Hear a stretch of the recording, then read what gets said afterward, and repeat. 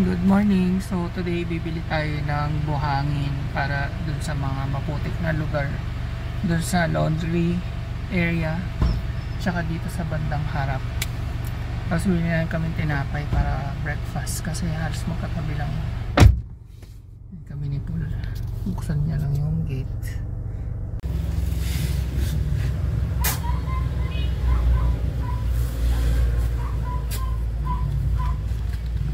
Sobrang lapit lang nung hardware dito sa amin. Ano lang, pwede nga lakarin kaso syempre buhangin yan, mabigat. Kaya nagdala na rin kami sa sasakyan. So yun, buhanging berde pala ang tawag doon. May dala pa akong sample. 4 din po.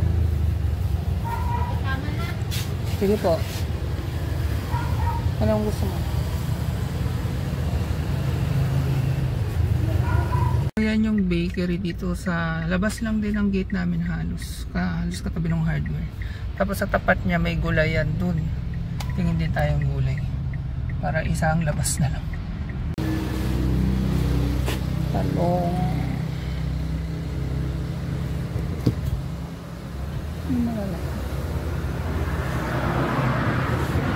sibuyas. Bahay na kami. Bilis lang, wala pang 15 minutes ata. So ito mga nabili namin. Ensimada, pandiregla or kalihim, pandikoko, ensimada din yun. Tapos gulay, talong, magtorta na lang tayo ngayon. Sibuyas, tsaka bawang. Mahal ng bawang, 8 isa, nagulat ako. Sa bagay sa iba ata 10 yan baka mura pa nga yun. So ngayong umaga marami kaming gagawin.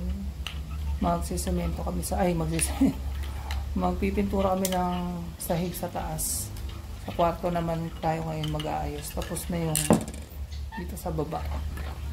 After nun yan, maglilinis-linis na. Tapos finally, tapos na ang pag-unpack ng mga gamit. Siguro mga ano pa, 1 week pa, okay na kami dito. Hindi pa nga namin nalilinisan yung mga bintana Lilinisan pa namin yun. May breakfast muna, tsaka kape. Okay, so dito na tayo sa kwarto. Uunahin naming pinturahan yung kalahati kasi mahirap namang ilabas na uli lahat ng gamit, especially nasa second floor to. So yan lang muna. Yung part na yan, dyan yung kama So nandito lang muna lahat. Tapos pagkatapos, lahat naman dito naman. Pag natuyo na. Actually, sabi dun sa label, 30 minutes lang tuyo na, pero hindi naman talaga totoo. Unless siguro sobrang init. Nung time na nagpahid kami noon, medyo maulan. Umabot ng mga 1 hour. So yun, kaya na itong tapusin within the day. So mag-vacuum muna ako. So, nakapag-vacuum na ako. Ngayon naman, lilinisin ko na rin muna yung bintana bago magpintura para isahan na lang. Kapag ganitong bukas lahat ng bintana dito sa taas, ang presko, lahat ng hangin pasok. Meron dito, meron doon, meron doon. Meron din doon.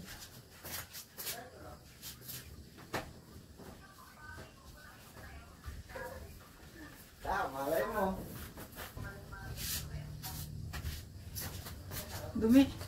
Oh. Magpa-music, kuhanan ko na. So yan, si Paul na lang magpipintura, kaya na niya yan, konti lang So yan yung before natin. So ayan, nalagyan na ni Paul, papatuyuin na lang namin. Mas mahirap daw dito kasi sobrang kinis ng floor. Hindi rin pala maganda pag sobrang kinis. Dapat yung saktong kinis at saktong roughness lang. Pag sobrang rough naman, ang takaw din sa floor wax. Kaya dapat yung saktong-sakto lang.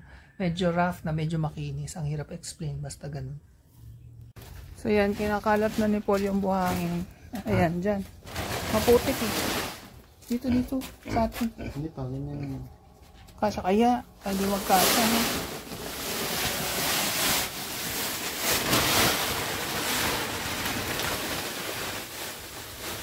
Ayan, para hindi maputik ang ating laundry area. Kalat pa namin. Teka lang. So, ayan na. At least hindi na maputik. Pati yung labasan pag lalabas si Billy. Yan. Yung buhangin niya, hindi naman totally buhangin. Parang maliliit na bato-bato. Ayan. Ayaw din naman namin yung bato-bato talagang malalaki. So, okay na yan. Kasi pag tatai yung babies, nakukuha din niya. Bumabakat lang yung tsinelas. Pero at least hindi na maputik dyan. Para tayo ditong may hindi naman beach kasi. Hindi naman white sand. Yung isa dito ko pinalagay kay Paul sa harap. Para mas maano yung walking ng mga babies. Hindi rin maputik. Hindi pa kami nakapagwalis. Ayan. At least mas luluwang yung walk kung saan sila nagwo-walking. Pag kasi purong lupa, naku ang puputik ng paa. Siguro pa, dalawang sako pa bukas. Para hanggang dun makakapag-walking sila. So, ito kasi yung naunang meron eh. Tingnan nyo, iba'y kulay. So, yan, pag natuyo, magiging ganun din. 75 pesos lang naman yung isang sako. So, kanina 3 sako. So, bukas 2 pa uli. So, total of 5 sako ang aming kailangan. Ito, hindi na. Okay ng lupa dyan. Anyway, magluluto ako ng tortang talong for lunch. Yun ang aming lunch. Ang tagal matuyo nung sa taas. Ganun pala kapag smooth yung finish ng sahig, matagal matuyo. Mahigit 1 oras na. Luto muna ako.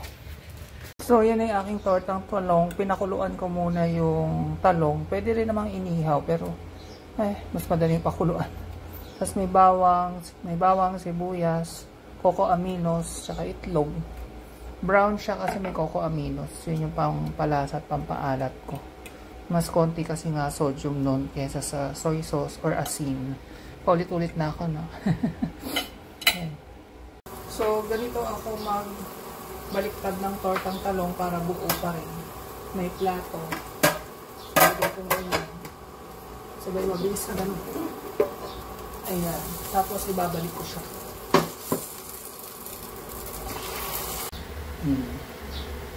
Ayan siya.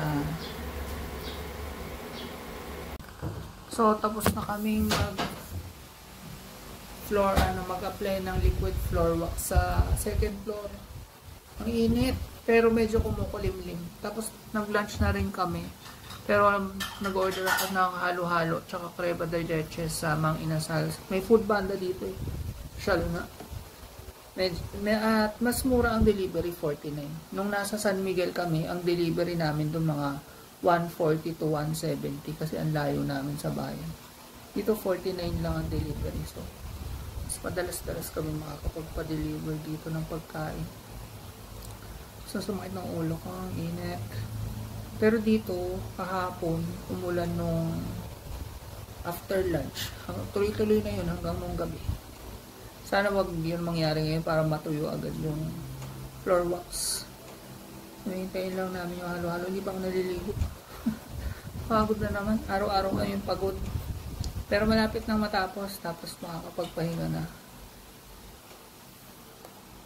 So, nandito muna kami sa kubo ni Paul. Mas malamig dito. Yan. Kasi nga, hindi to yero. Dito ko na lang hihintayin at kakainin yung halo-halo. Mas presko. Tapos masarap mahiga-higa sa parang papag. Hindi pa nga lang niya completely naayos yung loob.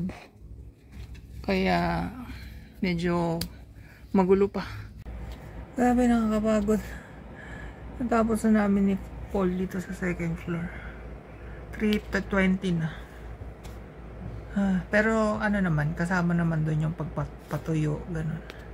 Hindi pa ako tapos mag-ayos nung mga tinanggal na gamit doon sa walk-in cabinet namin. Walk-in cabinet kasi gaya itsura niya. Lalagyan pa yan ng kortina para may division. Tapos iniba ko yung ng kama. Dati nandun nakaulo yung kama. Ngayon dito na. Kasi kapag nabubuksan yung bintanang ganyan, tapos may view. Ayan. So habang kunyari nakaupo akong ganito dito, Pwede ako magmuni-muning ganun sa labas. Diba? Kaysa noon, ang view ko yung walk-in closet. Walk-in closet talaga. So, yan. Natapos naman na namin. Ayan. Pula na. Baby girl. Bakit? Iinitan si baby girl eh. Binuksan ko naman na yung aircon. Kaso mainit talaga ngayong araw. Ay, kakatapos lang namin ni Paul mag-dinner. Yung tortang talong pa rin. Tsaka meron pang mushroom bagoong. Yun yung inulam namin. Kasi kulang na yung torta sa amin. So, nagulang kami ng mushroom bagoong. At nagustuhan niya. So, kahit vegan yun, nasarapan naman. Dami na nakain. Eh, pahinga lang. Lakas ng ulan. Mag-walking pa yung mga babies bago umakyat. Kaso patilaing ko muna yung ulan. Tatakot niya si baby girl, nagtatago sa ilalim ng lamesa. Kasi biglang kumulog ng malakas. Ito yung pinadeliver kong halo-halo sana kaninang hapon. Hindi ko nakain. Ngayon na lang dessert habang manonood akong movie. Dito ng mga babies. Si Panther nandun. Si Yurit nasa pinto sa labas. Yung dalawang babies ko. Ay, ang lakas ng ulan. Di ko alam kung naririnig nyo. Tapos kakain pa akong halo-halo. Lalo lang maginaw. Ng leche flan. Actually, hindi pa ito halo-halo. Crema de leche ng Mang Inasal. Ay! Favorite ko to. Mas gusto ko to kaysa halo-halo. Mas simple. Anyway, good night.